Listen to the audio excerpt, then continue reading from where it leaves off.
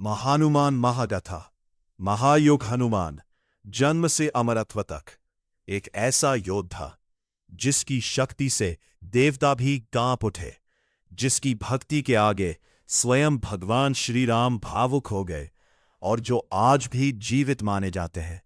ये कहानी है महायुग हनुमान की।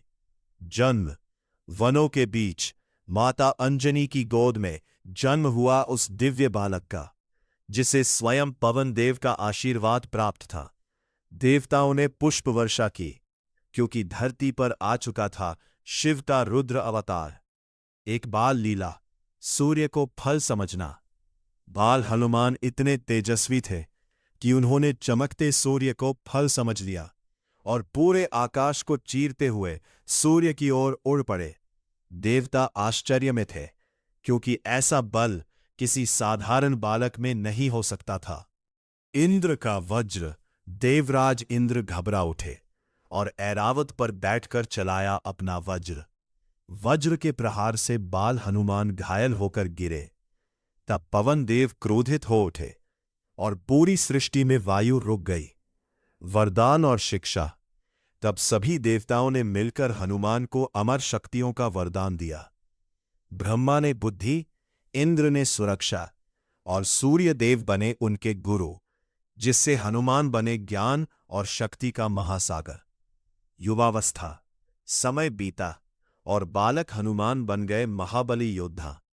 पर्वतों जैसा शरीर, हाथ में गदा और आंखों में अग्नि समान तेज। उनकी गर्जना से असुर कांप उठते थे। श्री राम से भेंट। फिर आया वो क्षण जब हनुमान पहली बार मिले प्रभु श्री राम से।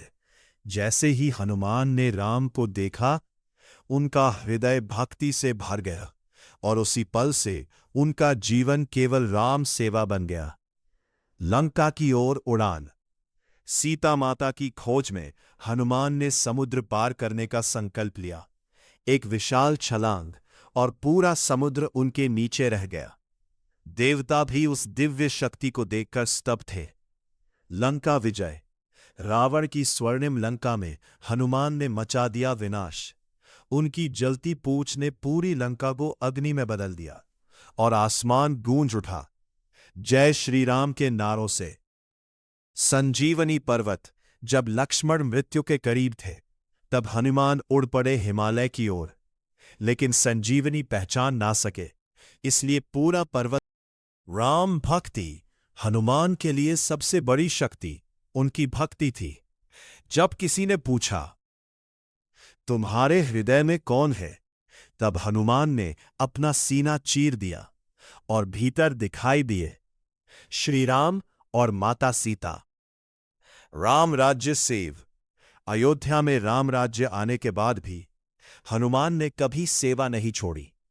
वो सिंहासन नहीं, सिर्फ प्रभु के चरण चाहते थे। यही थी सच्ची भक्ति।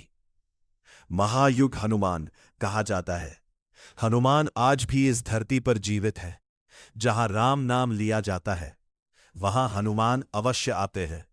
वो केवल देव नहीं, भक्ति, शक्ति और विश्वास का प्रतीक है। जय बजरंगबली। अगर आप भी हनुमान जी के भक्त हैं, तो कमेंट में लिखिए जय श्री राम और वीडियो को शेयर जरूर करें।